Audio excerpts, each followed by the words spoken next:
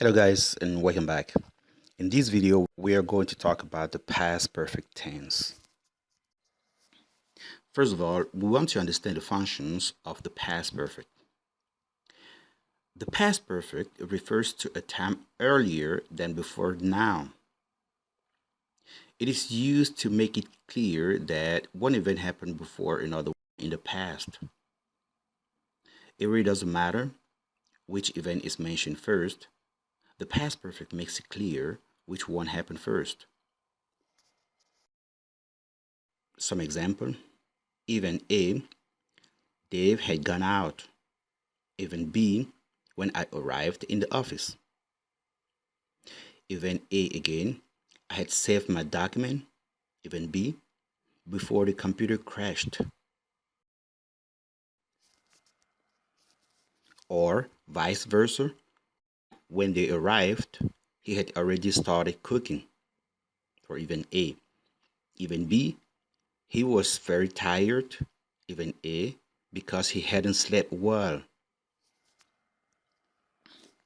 In these examples, event A is the event that happened first and event B is the second or more recent event. It means that event A happened and a period of time occurred before event B happened.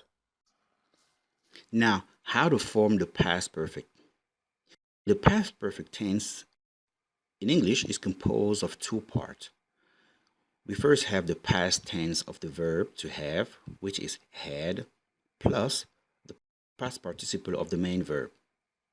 For example, we got a subject, we have had, and the past participle. In affirmative sentences, we will have she had given. In negative sentences, we will have she hadn't asked. In interrogative sentences, we will have had they arrived. In an interrogative negative sentence, we will have hadn't you finished? This first explanation refers to the completed action before something in the past. Some more examples. You had studied English before you moved to New York. Had you studied English before you moved to New York for an interrogative sentence?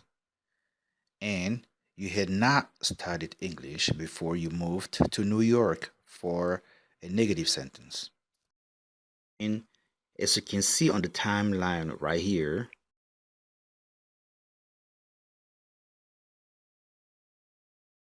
event A and event B are both in the past. And event A happened before event B.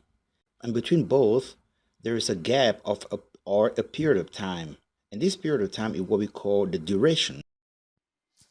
A part of being the past in the past, the past perfect can also show that something happened before a specific time in the past. For example, I had never seen such a beautiful beach before I went to Limbe. I did not have any money because I had lost my wallet. Or Dave knew Istanbul so well because he had visited the city several times. But also we can have the past perfect as the duration before something in the past and with non-continuous verbs. Some examples. We had had the car for 10 years before it broke down. By the time Dave finished his studies, he hadn't been in London for over 8 years. Or they felt bad about selling the house because they had owned it for more than 40 years. And now let us compare the two situations.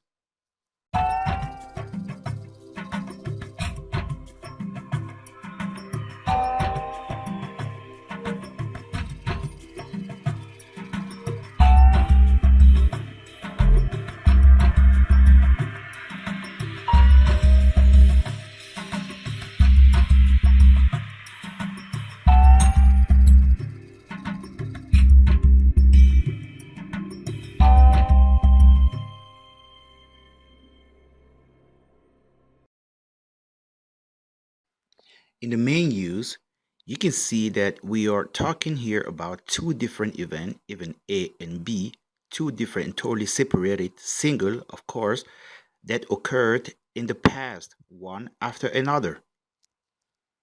In the other use, of course, the two events are still in order.